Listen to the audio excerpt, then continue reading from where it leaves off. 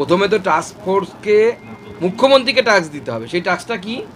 সেটা হচ্ছে এর আগে কেন্দ্র সরকার বলেছিল সমস্ত রাজ্য সরকারকে যে আপনারা ডিজেলের এবং পেট্রোলের দাম কমান।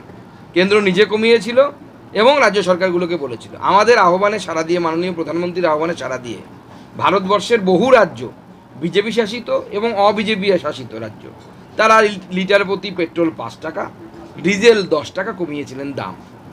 আমাদের এখানে তো কমলো না, মদের দাম কমে গেল। উল্টে রাজ্য সরকার 1 টাকা করে ট্যাক্স বাড়িয়ে দিল কিছুদিন আগে। তো আপনি যদি পেট্রোপণ্যের উপরে যদি ট্যাক্স বাড়ান, তো জিনিসপত্রের দাম কোথা থেকে কমবে? তো টাস্ক ফোর্সের উচিত প্রথমে মুখ্যমন্ত্রীর কাছে গিয়ে তাকে ট্যাক্সটা দেয়া যে আপনি পেট্রোপণ্যের দামটা কমান, তাহলে পরে জিনিসপত্রের দাম কমবে। দেখুন, জয়ন্ত সিংয়ের মতো লোকেরা হচ্ছে তৃণমূল কংগ্রেসের সম্পদ।